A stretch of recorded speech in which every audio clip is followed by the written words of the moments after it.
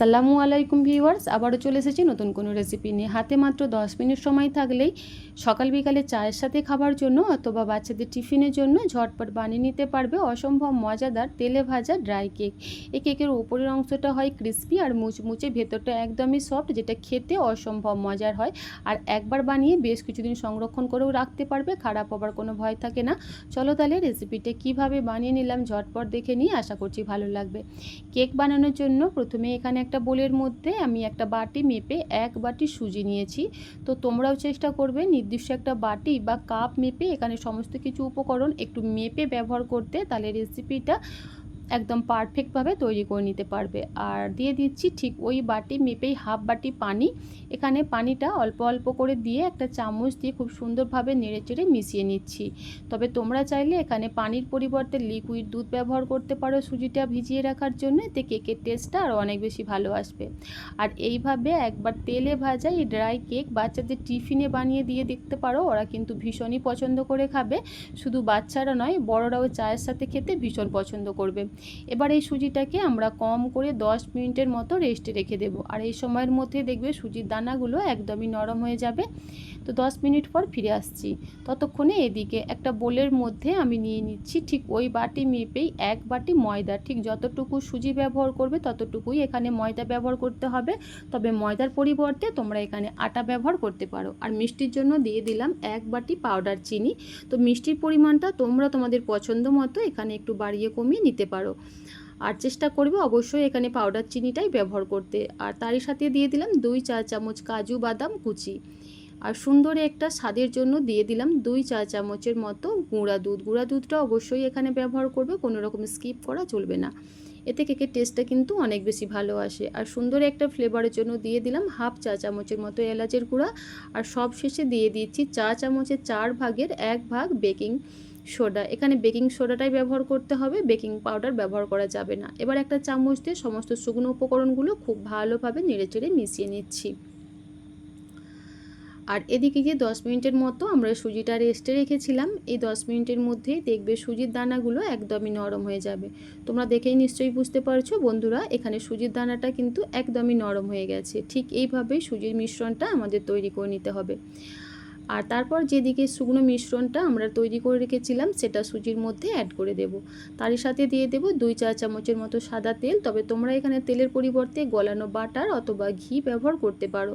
এবার সমস্ত কিছুকে খুব ভালোভাবে মিশিয়ে একটা ডো তৈরি করে নেব। এখানে কিন্তু কোনো রকম পানি ব্যবহার করার প্রয়োজন নেই, এমনিতেই এই ডোটা খুব সুন্দরভাবে তৈরি হয়ে যাবে। আর যদি মাপটা ঠিকঠাক থাকে দেখবে ডোটা বানাতে কোনো রকম অসুবিধা হবে না। তবে ডোটা যদি খুব বেশি তোমাদের কাছে শক্ত মনে হয় সেক্ষেত্রে 2-1 চামচ লিকুইড দুধ অথবা পানি এখানে ব্যবহার করতে পারো। সো দেখতেই পাচ্ছ বন্ধুরা, এখানে ডোটা কিন্তু খুব সুন্দরভাবে আমার তৈরি হয়ে গেছে। আর এই সময় ডোটা অনেকটাই স্টিকি হয়, কারণ এখানে গুঁড়া দুধ ব্যবহার করেছি, পাউডার চিনি ব্যবহার করেছি। এটা যখন 10 মিনিটের মতো আমরা রেস্টে রেখে দেবো দেখবে সুন্দরভাবে সেট হয়ে যাবে। আর সুজিটাও কিন্তু সমস্ত পানিটাই শোক করে নেবে। ঠিক 10 মিনিট পর ফিরে আসছি। দেখতেই পাচ্ছ বন্ধুরা, 10 মিনিটের মধ্যেই কিন্তু এই ডোটা সুন্দরভাবে সেট হয়ে গেছে আর হাতের মধ্যে লেগেও যাচ্ছে না। এবার এখান থেকে ছোট ছোট করে লেচি নিয়ে আমি কেকের শেপগুলো তৈরি করে নিচ্ছি। তবে তোমরা চাইলে এর থেকে বড় অথবা এর থেকে ছোট সাইজেরও তৈরি করে নিতে পারো তোমাদের পছন্দ মতো।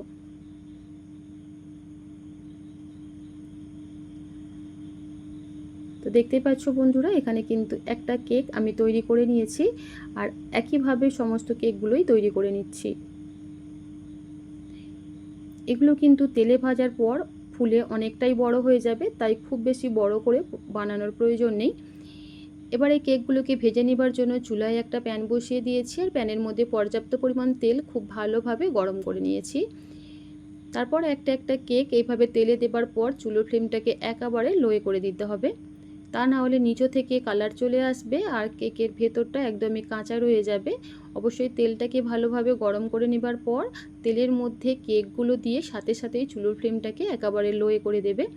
তারপর ওপর থেকে এভাবে একটু তেল ছিটিয়ে দেবে যাতে কেকের উপরের অংশটাও খুব সহজেই ভাজা হয়ে যায়। তারপর একটা সাইড যখন হালকাভাবে ভাজা হয়ে যাবে অপর সাইডটাও উল্টে দিচ্ছি। এভাবে উল্টে পাল্টে আমাদের কেকগুলো ভেজে নিতে হবে।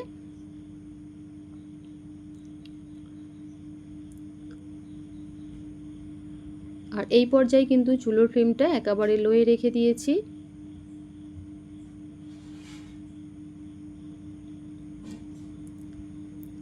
তো এখানে কিন্তু প্রায় 5 থেকে 6 মিনিট সময় নিয়ে উল্টে পাল্টে কেকগুলো আমাদের ভেজে নিতে হবে একটু সময় নিয়ে, তা নাহলে কেকের ভেতরে কাঁচা রয়ে যাবে, যেটা খেতে একদমই ভালো লাগবে না। সো দেখতেই পাচ্ছ বন্ধুরা এখানে এই ড্রাই কেকগুলো কতটা বেশি লোভনীয় লাগছে। তো এখানে কিন্তু কেকগুলো সুন্দর একটা কালার চলে এসেছে। এবার এগুলোকে তেল ঝরিয়ে একটা প্লেটের মধ্যে আমি তুলে নিচ্ছি।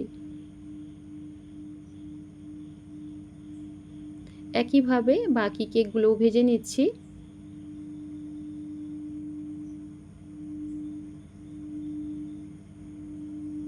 তো দেখতেই পাচ্ছ বন্ধুরা এখানে বাকি কেকগুলো খুব সুন্দরভাবে আমি ভেজে নিয়েছি, এগুলোকেও তেল ঝরিয়ে তুলে নিচ্ছি। তো দেখতেই পেলে বন্ধুরা এখানে এই তেলে ভাজা কেকগুলো বানানো কতটা বেশি সহজ, কোনো রকম ঝামেলা ছাড়াই ঝটপট বানিয়ে নিতে পারবে, আর খেতে হয় অনেক বেশি মজার। এটা বাচ্চাদের টিফিনে অথবা সকাল বিকালে চায়ের সাথে পরিবেশন করতে পারো, ভীষণই টেস্টি হয়। আজকের এই রেসিপি তোমাদের কেমন লাগলো অবশ্যই কমেন্ট করে জানিও, আর রেসিপিটা ভালো লাগলে চ্যানেলটা সাবস্ক্রাইব করে পাশে থাকার অনুরোধ রইল। আজ তাহলে এই পর্যন্তই, আবারও দেখা হবে নতুন কোনো রেসিপিতে। আল্লাহ হাফেজ।